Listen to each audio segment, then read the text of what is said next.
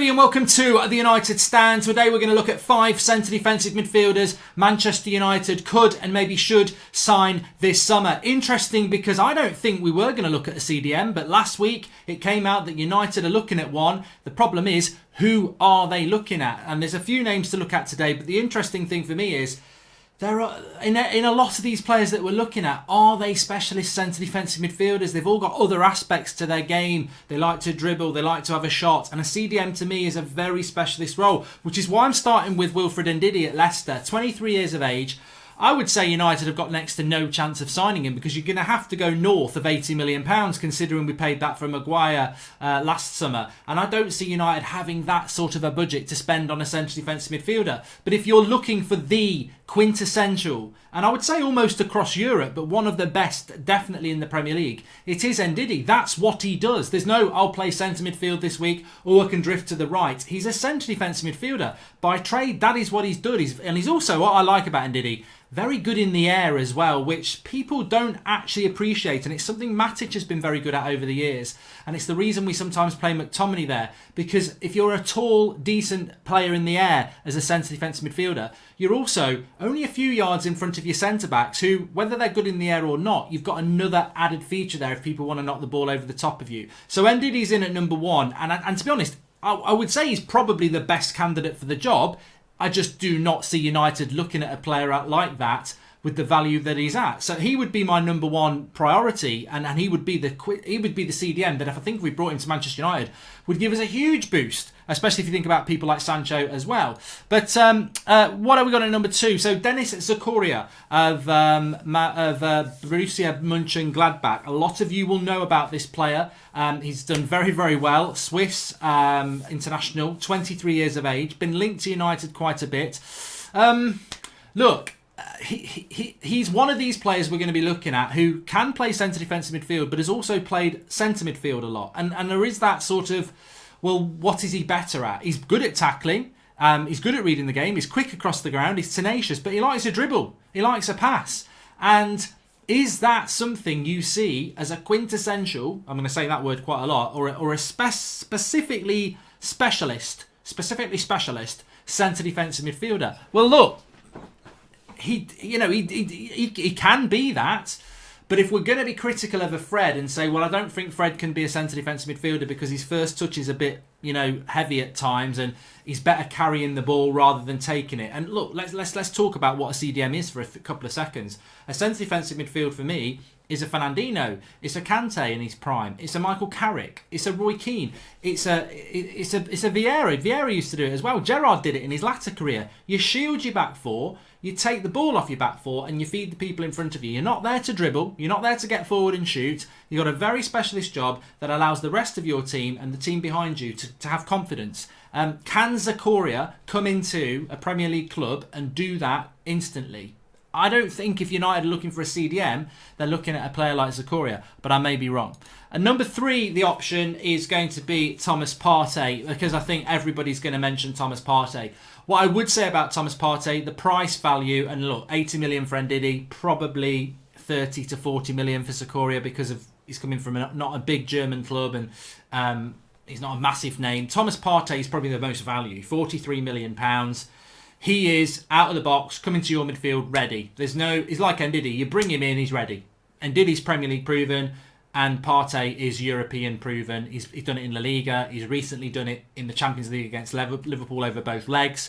The only things about Thomas Partey I would say is that there's going to be interest. Arsenal are interested apparently. Inter Milan are interested apparently.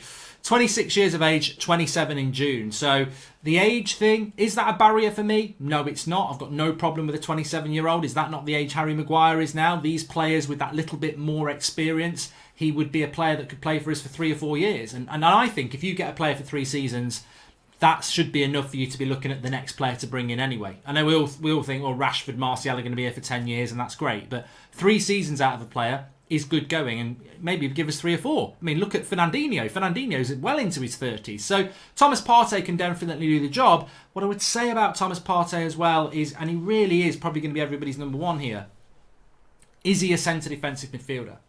Again, he's a bit like Zakaria. He's very tenacious. He likes a tackle, but he can also carry the ball. He also can get forward.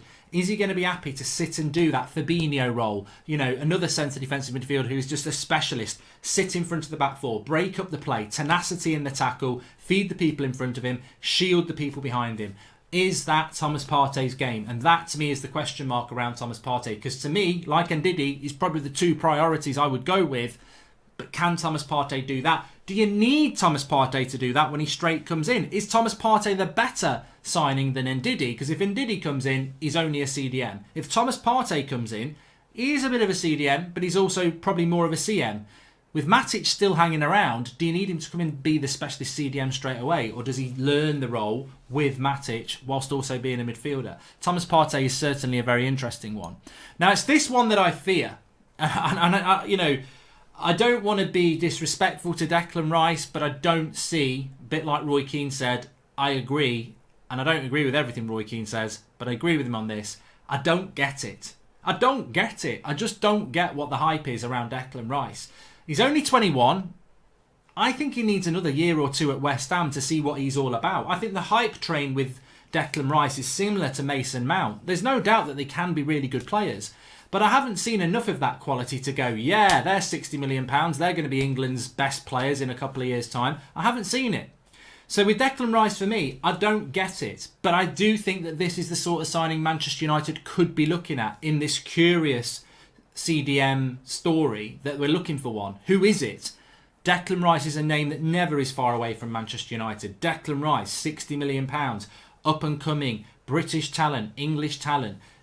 Declan Rice, Manchester United, and I see it. I do see it, and I can see Manchester United looking to do this deal. To me, I don't get it. I don't see a player. I mean, look, he loves a tackle, but basically, I haven't really seen much more to his game. I don't think he's particularly mobile. I like a centre defensive midfielder that's got some mobility. I don't think he's particularly mobile. I think he does like a tackle. I think he's a specialist CDM. I think that's a tick in the box. I think he sits in front of the back four, he breaks the play up, and he feeds the players in front of him. And that is to his credit. But I wouldn't want him at Manchester United yet. I haven't seen enough. Maybe over the next year he can develop into that. And you know, maybe, let's be honest, positivity, if we got him now and he develops, but for £60 million, that's a lot of money for a development player. I think he needs to stay where he is, because I don't see his value going up massively. I think West Ham will want 60 million now, and I think in a year's time they'll want 60 million. So I would not be looking at him now. I'd be looking at, is he ready yet? Let's give him another year. 21, West Ham. But it wouldn't surprise me if that's who United are looking at.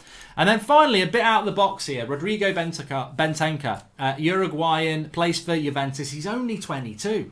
Like, I remember seeing him a couple of years ago in the World Cup. I think he's a fantastic player, and he's got the lot. He has got the lot. He plays more centre midfield, but I think he is a player that could come and just sit as a centre defensive midfielder and also learn a bit off Matic over the next year if Matic is going to stay. Because he's got a lot of those traits. He's got a lot of those Carrick, Matic sort of traits. You know, he is a physical player, but he's very good on the ball, very composed, very good at reading the game, good at breaking the play up, young enough to still go many years. But look, the thing about Bentancur is I've put him down as third for a reason. Are Juventus even looking to move this player on? Because he's quality. And I don't think that they are. But the reason I've put him in there, and there's a few people I want to mention, the reason I've got Bentancur in at number 5 is because £50 million you'd probably get him for. And also, are we not looking to do business with Juventus this summer? Is there not a possibility that Pogba could be going to Juventus this summer? And this is the player I would be looking at. If you're going to bring in a Grealish or a Maddison or a Havertz to replace Pogba, can you not get the CDM with the Pogba deal as well? Bentancur, I think, would be absolutely brilliant in that role for Manchester United. I do. I think he could come in and be something very, very special. So that's my number 5. But there are other players. I put a few down that didn't quite make it. I still think Longstaff is a consideration for Manchester United. And you know, I'd rather have Declan Rice than Longstaff. I haven't seen anything in Longstaff that makes me think he's a player I want to get hold of. Hopefully the Newcastle financial takeover means that they won't be looking to sell players, so we wouldn't be looking at him. Marcus Llorente at Atletico Madrid was a player that we were looking at in January. Obviously scored those goals against Liverpool to knock them out. He looks like a decent sort of option for United. He's 25 years of age. Maybe not as sensational as people want, but he is an option as well.